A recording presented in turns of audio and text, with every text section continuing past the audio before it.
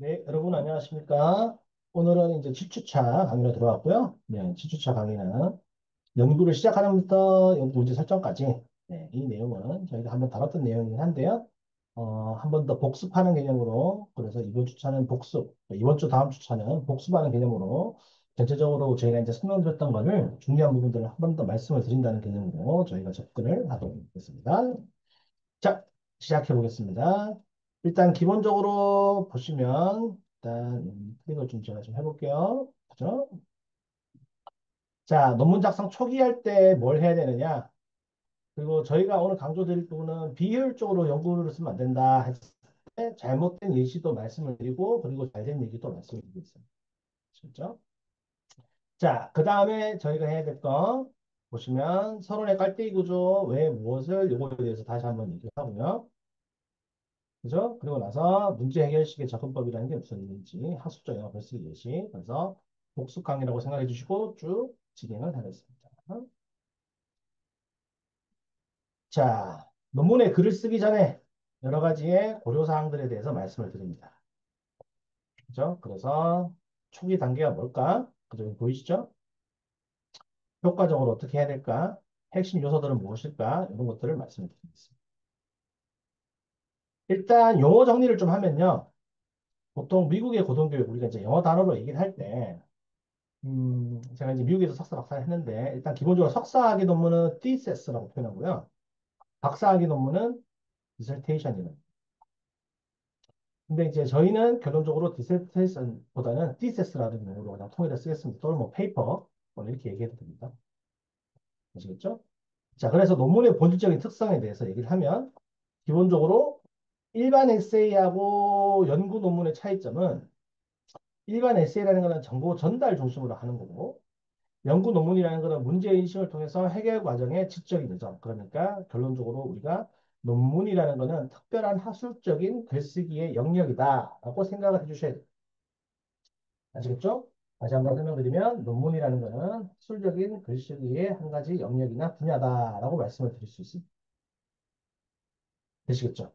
자, 그러면 결론적으로 우리 이제 대학원생들, 여기 이제 학부생들도 이 강의를 들을 수도 있는데, 대학원생이나 학부생들이 우리가 지금 조금 생각을 해봐야 되는 건 어떤 부분이냐라고 말씀을 드리면, 스스로 비판적 질문을 던지면서 문제 설정, 연구 목적, 연구의 학문적 의의를 분명히 해야 된다. 이렇게 말씀을 드릴 수 있겠습니다. 됐죠? 자, 그 다음, 내가 연구를 왜 하느냐에 대해서 생각하는 것이 굉장히 중요합니다. 그래서 내가 속한 분야가 뭔지, 그리고 이 분야 내에서 어떠한 연구 문제가 있는지, 그 원인은 뭔지, 그리고 어떤 것을 통해서 결론적으로 결과책, 해결책을 제시할 수 있을지. 자, 그리고 연구자로서 아주 다양한 문제 중에서 내가 뭐를 우선적으로 할지도 생각을 좀 해봐야 됩니다. 그 다음에 내 글을 읽는 사람이 누군지, 그리고 특히 제가 지속적으로 강조했던 부분이 바로 어떤 부분입니까? 지속적으로 강조했다라고 말씀드린 부분. 그죠? 결론적으로 내 연구가 어떠한 독창적인 기여를 할 수 있느냐, 이게 가장 중요하다고 말씀을 드렸잖아요. 그래서 이걸 항상 우리가 생각해야 됩니다. 제가 이거를 저희 강의를 하는 동안 내내 지금 강조를 하고 있습니다. 그죠? 15주차가 아니고 15주차 내내 강조를 하고 있거든요. 반드시 좀 우리가 좀 생각해 봐야 돼요. 필수적인 문제들. 이거 이해되시죠? 네. 넘어가 보겠습니다. 자, 여기 지금 잘못된 연구 글쓰기를 한번 보겠습니다. 잘못된 연구 글쓰기라는 건 이런 식으로 글 쓰면 안 된다는 얘기잖아요. 그죠? 그러니까 예를 들어서 어떤 명확한 논증이 부족하다. 결론적으로 논문이라는 거는 그죠? 논리가 없으면 의미가 없죠. 그다음 이론적 배경이 없이 막 쓸 수 없습니다. 그러니까 기본적으로 논문이라는 거는 기존에 있던 연구를 바탕으로 해서 새로운 영역을 연구를 하고 그래서 이 연구를 통해서 미래의 방향성을 얘기하는 겁니다. 미래 방향성. 결론적으로 기존에 없어서 새롭게 한다라고 얘기할 수 있지만 기존의 연구들이 진행됐다면 기존의 연구점에서 부족한 부분을 새롭게 연구를 하고 이 연구를 통해서 다시 또 팔로우업 연구를 할 수 있는 이런 것들에 대해서 얘기를 하는 거죠. 그리고 또 하나 강조했던 것은 변수나 변인과의 관계만 강조하고 이론이 없으면 그러니까 결론적으로 우리가 지속적으로 얘기하고 있던 것 이론이라는 것은 무엇이다? 연구의 핵심이다. 이론이 없는 것은 안고 없는 찐빵 이런 말 들어보셨죠? 가장 중요한 엑기스가 없다. 이렇게 생각하시면 돼요. 이거 무슨 말인지 이해되시죠? 그죠? 자, 그 다음 더 중요한 건 연구 결과가 기존 연구로부터 충분한지 지지한지 미흡한다. 요거를 이렇게 연결시켜야 되는 거죠. 그 다음 연구를 다 하고 난 다음에 결과나 논의, 그러니까 결론적으로 논의 부분에서 제대로 된 해석이 안 되는 경우 이런 부분을 우리가 잘못된 연구 글쓰기라고 봅니다. 더불어서 비판적이거나 미래 함의가 드러나지 않아도 마찬가지죠. 그리고 다시 한번 강조합니다. 아까 얘기했던 거 다시 한번 강조하면 독창성, 차별성. 그러니까 연구를 왜 하는데? 라고 했으면 이러한 독창성이 있고 이러한 의미나 의의가 있다. 그래서 앞으로 이러한 새로운 기여점이 있다라고 계속 다 설명할 수 있는 써야 되는 거죠. 아시겠죠? 자, 넘어가 보겠습니다. 자, 그렇다면 잘못된 걸 봤으니까 이제는 뭘 봐야 되죠? 네, 효과적으로 잘 된 것도 우리가 같이 좀 봐줘야 되잖아요. 그럼 잘 된 거 봅시다. 우리가 지난주에서, 자, 지난 시간에 뭘 했냐면, 리뷰어의 입장에서 논문을 평가해 봤잖아요. 리뷰어의 입장에서 논문 평가. 그죠? 그러면 리뷰어의 입장에서 논문을 평가했을 때 우리가 어떠한 요소들을 봐야 되느냐를 우리가 생각해 봤을 때 잘된 논문 구조를 쓰려면 리뷰어 입장에서 봤을 때 그 내용과 이거를 연결해서 우리가 생각해 볼 수 있겠죠. 그러니까 지난 시간과 이번 시간을 연결해서 생각해 보면 다양한 이런 것들을 우리가 알 수 있습니다. 그러니까 기본적으로 초록에는 필요한 내용이 다 들어와야 된다라고 핵심 포인트를 말씀드렸기 때문에 결론적으로 초록은 나머지 부분을 다 쓰고 난 다음에 맨 마지막에 요약 정리 같은 개념으로 쓰시는 게 더 효과적이다. 그러니까 초록을 처음부터 쓰지 마시고 논문을 다 작성하고 난 다음에 맨 마지막 과정에서 쓰는 것이 초록이다. 이렇게 말씀드릴 수가 있을 것 같습니다. 그죠? 자, 그 다음. 서론이라는 거는 연구의 배경, 문제, 맥락, 그죠? 그리고 연구 목적, 질문, 가설, 이런 것들을 얘기합니다. 그러면 결론적으로 연구에 대해서 세팅을 했기 때문에, 문명에 대해서 세팅을 했기 때문에, 이제 선행 연구가 어떻게 되는지 알아야 되고, 이 문헌 검토에서 가장 중요한 것은 뭐냐면, 이론을 잘 설명해야 된다. 그래서 이론에 따라서 변수를 얘기하고, 그리고 나서 기존 연구와의 연구 격차. 여기서 격차라는 건 뭐냐면, 기존 연구에서 다르게 진행할 부분, 기존 연구에서 빠진 부분, 이런 것들을 얘기해야 되는 거죠. 거기에 맞춰서 연구 방법이나 연구 설계를 명확하게 적어야 되죠. 그죠? 그래서 여기서 핵심 키포인트를 만약에 말씀을 드린다. 라고 얘기를 한다면, 그죠? 이 빨간색 말고 다른 색깔로 제가 또 해보겠습니다. 눈에 잘 띄게. 초록은 마지막에 정교하게 작성하시 바람직하다. 서론이라는 거는 연구 문제, 연구 목적을 진술해야 된다. 문헌 검토라는 거는 이론에 따라서 거기에 변수를 맞춰야 된다. 변수 변형을 맞춰야 된다. 방법론 같은 거는 신뢰도하고 타당성, 양적 연구할 때, 특히 양적 연구할 때 필요하죠. 논리적 근거와 절차의 일관성, 이 부분이죠. 자, 연구 결과는, 그죠? 핵심적 메시지만 내고, 과도한 데이터 나열을 피하고, 특히 해석은 논의해서 하고, 그죠? 여기 해석입니다. 해석은 논의해서 하고, 그죠? 결과에서는 건조하게 데이터를 그냥 제시하는 게 좋다고 말씀드렸습니다. 연구 결과에서는 말 그대로 데이터가 잘 나왔던 못 나왔던 간에 유의미하든 무의미하든 간에 나와 있는 연구 결과를 어떻게 해야 되죠? 네, 결론적으로는 건조하게 있는 그대로를 보고를 하고 그리고 난 다음에 논의와 결론을 해야 된다. 이렇게 말씀드릴 수 있죠. 그래서 논의에서는 해석을 하는 겁니다. 그죠? 그래서 해석을 어디다가 할 건지에 대해서 우리가 계속해서 고민을 좀 해봐야 된다. 이렇게 제가 여러 번 강조드렸습니다. 그죠? 그래서 해석을 어디서 할 것이냐, 이 부분만 명확하게 우리가 계속해서 생각해 주시면 좋겠습니다. 그리고 앞에서 했던 내용이 반복이고 복습이기 때문에 잘 이해하실 거라고 생각하고 넘어가겠습니다. 자, 그러면 비효율적인 거하고 효율적인 거하고 우리 어떻게 해야 될까요? 비교, 대조, 분석을 해봐야 되죠. 그죠? 결론적으로 비효율적인 거는 독창성이 없는 겁니다. 문제 제기가 불명확하고 이론적 연결이 안 된 겁니다. 연구 설계나 연구 방법의 이 근거에 대해서 논리적으로 설명이 부족해요. 핵심 메시지, 핵심 결과가 없고 결론적으로 무차별적으로 그러니까 그냥 나열식으로 쭉 하는 거예요. 그러니까 여러분 나열식으로 하는 게 결국 좋은 게 아닙니다. 그리고 논의에서 잘 안 된 부분은 독창성이나 미리 방향에 대해서 제시가 미흡한 거죠. 그죠? 그러니까 요거를 체크리스트로 한번 생각해 보세요. 본인이 글 쓰고 난 다음에 내가 독창성 있게 제대로 썼냐? 체크. 문제 제기가 됐냐? 체크. 이론을 제대로 썼냐? 체크. 데이터가 제대로 설계가 됐냐? 결과가 제대로 보고가 됐냐? 체크. 미래 방향성과 연구 도착성 얘기했느냐? 체크. 이런 식으로 체크리스트라고 생각하시면 돼요. 체크리스트. 되시겠죠? 자, 그러면 정리를 좀 한번 해볼까요? 그죠? 자, 근본적으로 왜 연구하는 데 대해서 얘기를 해야 된다. 독창성을 확보해야 된다. 체크리스트를 통해서 비효율적인 글쓰기를 피해야 된다. 이 얘기죠. 그렇죠? 그 다음, 공부를 하실 때 본인이 하고자 하는 주제와 유사한 기존 연구들을 정리를 해봐서 거기에서 내 연구가 기존 연구에서 어떻게 차별화될 수 있을지를 생각해 보는 거죠. 그 다음, 잘 짜여진 글을 구성하기 위해서 내가 무엇을 해야 되는지 자기 성찰, 우리가 흔히 얘기하는 셀프 리프렉션을 해보셔야 된다. 자아 성찰, 자기 성찰.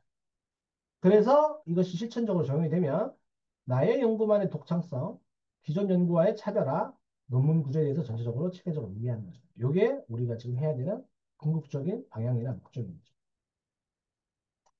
궁극적인 방향이나 목적을 오른쪽에 있는 요 개념이라고 생각해 주시면 가장 좋겠습니다. 되시겠죠? 자, 다음 이제 하나하나 실제 계획을 수립하면서 하나하나 넘어가서 확인해 보겠습니다. 일단 기본적으로 연구 프로젝트라는 거는 짧게 끝날 수 있는 개념의 과정들이 아닙니다. 어떤 연구들은 막 2년, 3년씩 걸릴 수도 있습니다. 보통 우리가 연구 프로젝트 한다는 얘기는 1, 2년 단위로 하는 거고 보통 1년 단위로 우리가 보통 연구 계획을 짜죠. 그래서 연구 프로젝트를 처음 시작해서 끝까지 수행할 수 있게 하는 데 있어서 구체적인 단계와 과제들에 대해서 1년 단위로 여러분이 연구 계획을 쓰고 스케줄을 짜는 것이 좋습니다.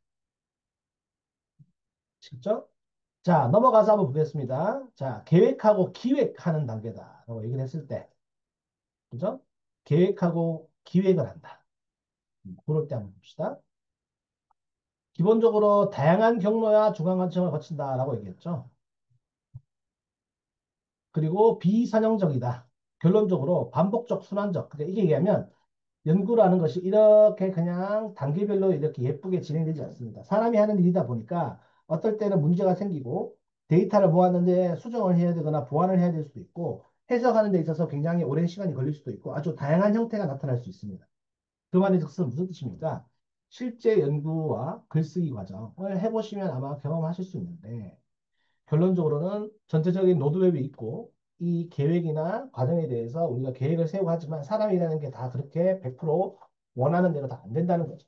그렇기 때문에 각 단계의 목표를 구체화하는 것이 굉장히 중요하고 목표를 명확하게 해야 되고 결론적으로 시간 관리와 자원 배분을 잘 해야 됩니다. 여러 가지의 어려운 문제점들이 생길 것입니다.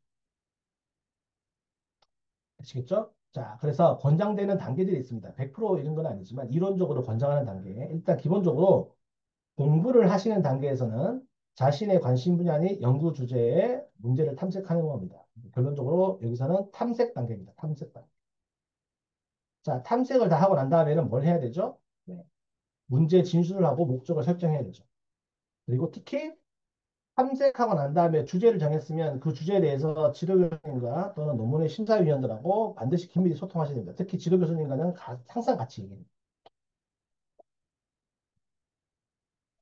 그죠? 그 다음에 오케이 사인이 나면 지도 교수님이 오케이 또는 연구팀에서 오케이 이거 같이 하자라고 하면 이제 그때서야 선행 연구를 더 이상 더 구체적으로 그러니까 읽어봐서 주제를 선택하는 단계에서 이제는 실제적으로 그 주제에 해당되는 내용을 더 집중적으로 그러면 다시 정리하면 이거는 넓게 읽어봐야겠죠. 주제 잡기 위해서는 얘는 구체적으로 읽어봐야겠죠.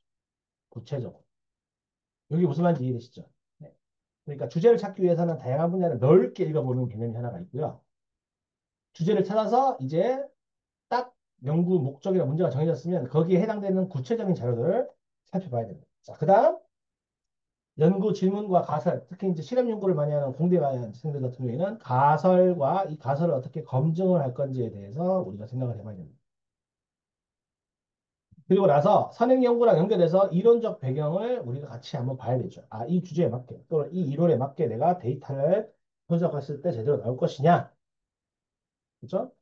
그리고 나서 이제 문헌 정리를 쭉 하고 난 다음에 피드백을 한번 받아보셔야 됩니다. 그러니까 보통은 자, 1장이 서론입니다. 그죠? 그리고 2장이 뭐죠? 선행 연구죠. 여기에 이론이 다 들어가죠. 그러면 요까지 써놓고 난 다음에 교수님한테 한번 피드백을 받는 게 좋습니다. 1차 피드백. 이게 다 돼서 피드백이 다 돼서 오케이 해서 넘어가면 이제 뭐로 나와야 됩니까? 3장의 연구 방법론으로 넘어가시면 좋습니다. 그러니까 교수님한테 매장, 매 챕터를 적어서 피드백 받기는 어려울 거예요. 왜냐면 교수님도 바쁘시고, 여러분도 바쁘고, 이게 시간이 안 맞을 수도 있고, 이러니까. 그죠? 그러니까 결론적으로 1장의 서론을 적고, 2장의 선행 연구를 다 적고 난 다음에 1차적으로 교수님한테 뭘 받아와라? 피드백을 받아보시라는 거예요. 그래서 교수님이 오케이 하면 이제 3장 연구 방법만 써서 데이터 수집하겠습니다. 분석하겠습니다. 하면 여기서 이제 데이터 수집하기 전에 다시 2차 피드백이 필요하죠. 그렇죠? 자, 넘어가서 한번 보겠습니다. 계속해서. 자, 그러면 설계하고 연구 방법, 분석 방법이 다 적혀 있었어요. 그러면 이제 뭘 신청해야 되죠? RB 신청해야 되죠. 특히 사람 대상으로 하는 연구라면 RB 과정이 많이 걸리기 때문에 생명윤리 심리가 굉장히 중요하다고 말씀을 드렸습니다. 자, 그러면 RB가 통과가 됐습니다. 그럼 이제 데이터를 본격적으로 수집하는 거죠. 네, 이렇게 할 수 있습니다. 자, RB를 신청해놨어요. 근데 신청해놓고 승인하는 데까지 시간이 많이 걸릴 수도 있어요. 이렇게 2달 정도 걸릴 수도 있어요. 그러면 요 기간에 여러분 뭘 할 수 있죠? 결론적으로 연구 방법론을 조금 더 보완해서 3장을 더 보완해서 지도 교수님하고 보완해서 더 잘 작성할 수 있는 거죠. 자, 승인이 됐어요? 그럼 뭘 하는 거죠? 데이터를 수집을 해야겠죠. 그죠? 데이터 수집하고 난 다음에 분석을 하는 거죠. 결론적으로 데이터를 수집해서 분석하는 거죠. 그러면 1차 분석이 끝나면 이것도 교수님한테 피드백을 또 받아야겠죠. 피드백. 그리고 난 다음에 논의 쓰고 나서 맨 마지막에 피드백을 받는 겁니다. 자, 여기서 가장 중요한 부분 제가 말씀드릴게요. 신진 연구자, 초보 연구자들이 가장 흔히 이제 하는 실수들이 뭡니까? 네, 이 부분입니다. 자, 여기서 강조드립니다. 이론적, 문헌적 기초 없이 데이터를 막 수집하려고 해요. 이게 무슨 말이에요? 공부를 안 한 상태에서, 공부가 충분히 안 된 상태에서, 연구 설계가 충분히 안 된 상태에서, 연구 방법론이 충분히 안 적힌 상태에서 데이터부터 막 먼저 수집하려고 한단 말이죠. 그렇게 하면 안 됩니다. 이렇게 모인 데이터는 나중에 문제가 생길 수도 크고, 그리고 유의미하게 분석이 안 되거나 연구 설계가 잘못했기 때문에 잘못 수집된 데이터고 분석 방법이 없거나 결론적으로 나중에 못 쓰는 데이터가 될 가능성이 있습니다. 그렇기 때문에 반드시 데이터부터 수집할 생각하지 마시고 공부를 해서 설계를 해서 RB 다 신청해서 승인받고 난 다음에 데이터 수집하십시오. 아시겠죠? 이게 핵심적인 겁니다. 이해되시죠? 네. 감사합니다. 자, 서론의 깔때기 구조는 앞주에서 설명했는데 한번 간단하게 살펴보고만 가겠습니다. 자, 깔때기 구조라는 거는 이런 식으로 깔때기 구조를 쓴다고 그랬죠. 그래서 연구 분야의 전반적인 넓은 맥락에서 먼저 시작을 합니다. 그래서 조금 더 구체적인 내용을 이렇게 내려오는 거죠. 여기서 중요한 거는 요거죠. 연구 공백을 식별하는 것이 소론 조직에서 깔때기 구조에서 가장 중요한 게 이 부분이라고 했죠. 연구 공백. 기존의 연구에서 이러한 부분들이 비어 있다. 기존의 연구에서 이러한 것들이 잘 안 됐다. 그렇게 했기 때문에 내가 이 연구를 통해서 본인이 이 연구를 통해서 내 연구가 의미가 있고 가치가 있다는 걸 말씀드릴 수 있어요. 진짜? 자, 다음에 이것도 말씀을 먼저 드렸는데, 그죠? 네, 지난주에 한번 하긴 했는데, 일단 왜, 무엇을, 어떻게, 요 세 가지에 대해서 우리가 여러 번 고민을 해봐야 된다고 말씀을 드렸어요. 그죠? 그래서 결론적으로 이렇게 생각하시면 됩니다. 이게 그냥 학위 취득이다.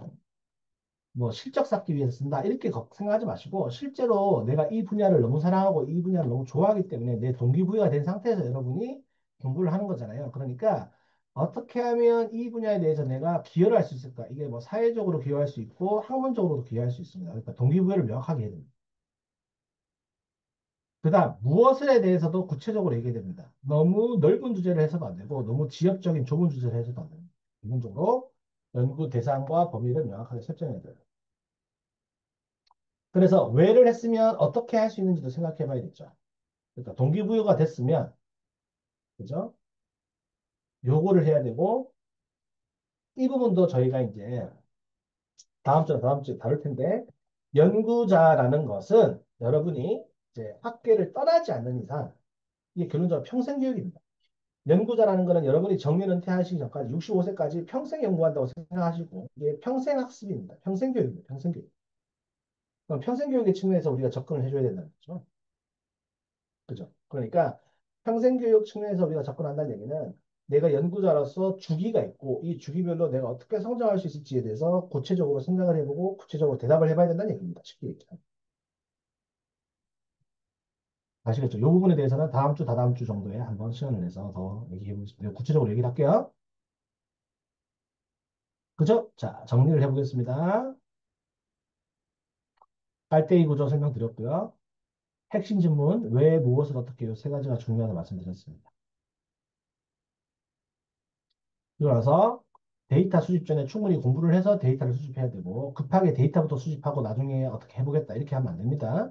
설계가 된 상태에서 지도 교수님과 충분히 논의가 된 상태에서 논문을 쓰셔야 그게 의미가 있지. 그냥 무턱대고 막 IRB도 받지 않고 허락도 안 받고 승인도 안 받은 상태에서 데이터 막 모으시면 안 됩니다. 아시겠죠? 자, 그 다음 문제 해결형 연구 방법에 대해서 말씀드렸던 거를 다시 한번 복습을 얘기해 보겠습니다. 자, 연구 문제를 설정하는데 문제한다는 게 뭔 말인가? 자, 문제예시 접근 방법을 본인의 연구에 어떻게 적용할 수 있는가? 여기 발표를 쳐볼게요. 두 번째 거, 여기 핵심. 그죠? 문제 설정할 때 문제 해결하고 연구 방법을 해야 되는데 이게 두 번째 거, 이거 어떻게 할 거, 이거에 대해서 좀 자세히 얘기해야 되잖아요. 그죠? 그래서 이제 예시를 한번 들어보는 거죠. 저 같은 경우에는 이제 교육이 있기 때문에 교육 격차에 대한 시나리오에 대해서 통행 얘기할 수 있습니다. 예를 들어서 문제 해결식 접근 방법이라는 거는 그래서 특정 교육이나 특정 지역인에서 그러니까 우리가 요즘에 심각한 것이 수도권하고 지방하고 인프라적인 측면이나 여러 가지 격차들이 나잖아요. 그 격차 중에서 뭐 그게 뭐 사회 경제적 지위, 뭐 돈과 관련된 문제도 있고, 그죠? 그리고 산업이나 인프라의 크기 뭐 이런 것도 있을 수 있고 접근성 문제도 있고 여러 가지 것 중에서 저 같은 경우에는 교육 격차에 한번 집중을 해보자라고 생각을 했던 거죠. 그리고 그러한 시나리오가 있었거든요. 그러한 시나리오. 그러면 그 시나리오에서 보통의 신진 연구자들이나 초보 연구자들은 단순히 문제를 기술하는 데 끝나요. 그러면 안 되죠. 결론적으로 문제 해결이라는 건 뭡니까? 원인이 뭘지 탐구를 해보고 이거에 대한 변수나 변인들, 이제 요인이라고 부릅니다. 요인에 대해서 검토를 하고 결론적으로 해결책을 비판적으로 얘기해야 되는 거죠. 그러니까 제일 큰 문제가 문제를 아는 것도 중요한데 그 문제가 끝이 아니고 그러니까 이렇게 생각하면 됩니다. 이상적으로 이 문제가 있으니까 문제 해결해. 이렇게 얘기하면 안 되고, 구체적인 액션 플랜이 나와야 돼요. 액션 플랜. 여기서 구체적인 액션 플랜이라는 거는 구체적으로 내가 뭘 해야 될지 해결책을 얘기해야 돼요. 그래서 여기서 해결책을 얘기한다는 거는 무슨 얘기입니까? 내가 연구를 통해서, 결과를 통해서 이거를 증명해내겠어. 이런 개념으로 접근해야 됩니다. 그죠? 그래서 결론적으로 사례를 한번 보겠습니다. 사례. 그죠? 자, 일단, 기본적으로 사례 한번 얘기해 봅시다.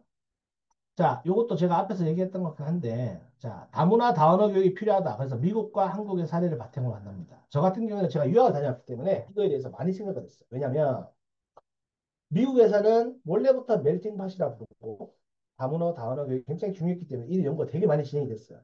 근데 한국에서는 이 다문화 사회라는 것이 얼마 안 됐거든요. 해봐야 한 20년, 30년밖에 안 됐어요. 그러니까 연구가 많이 부족해요. 자, 그러면 미국의 다문화 다언어 교사 교육과 필요했을 때, 한국에 이러한 거가 부족한 거예요. 문제를 파악했어요. 문제 해결을 위해서 내가 어떻게 해야 될까? 미국의 프로그램을 해서 벤치마킹을 하는 게 가능할까? 그렇죠.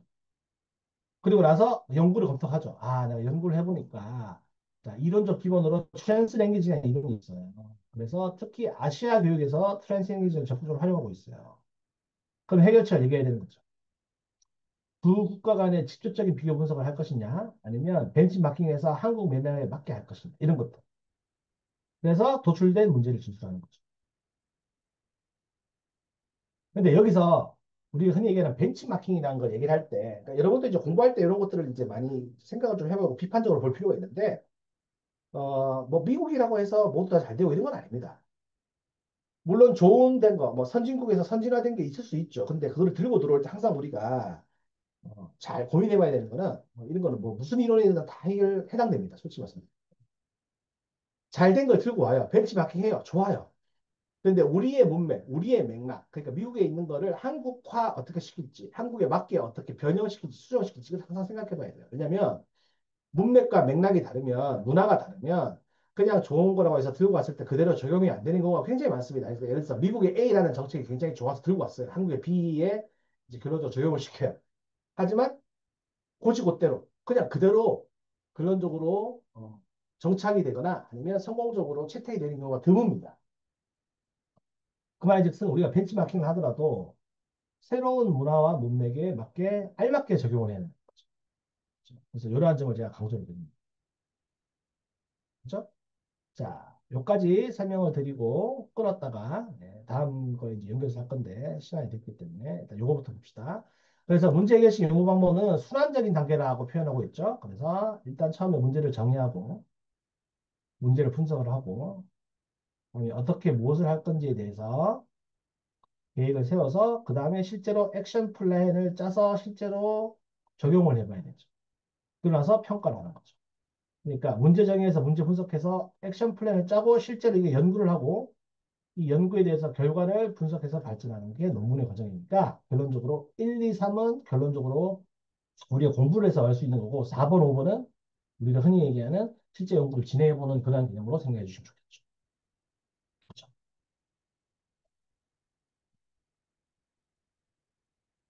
그죠? 그래서 이제 요거까지 다 설명을 드리면 봅시다. 현장에서 계획을 실행해서 그죠? 적용을 한다. 그래서 결과 발전한다. 이렇게 할 수 있습니다. 자, 이거는 여러분이 읽어보시면 될 것 같습니다. 자, 일단 다음項으로 넘어가기 전에 일단 학술적 영어 글쓰기 요거 얘기를 다 할 거거든요. 그래서 결론적으로 요까지 일단 요 수업에서는 진행을 해놓고 난 다음에 다음 수업에서 연결해서 이제 학술적 영어 글쓰기 예시부터 해서 진행을 하도록 하겠습니다. 아시겠죠? 자, 요까지 일단 하고 다음으로 연결하겠습니다. 아시겠죠? 수고하셨습니다. 일단 요까지 할게요.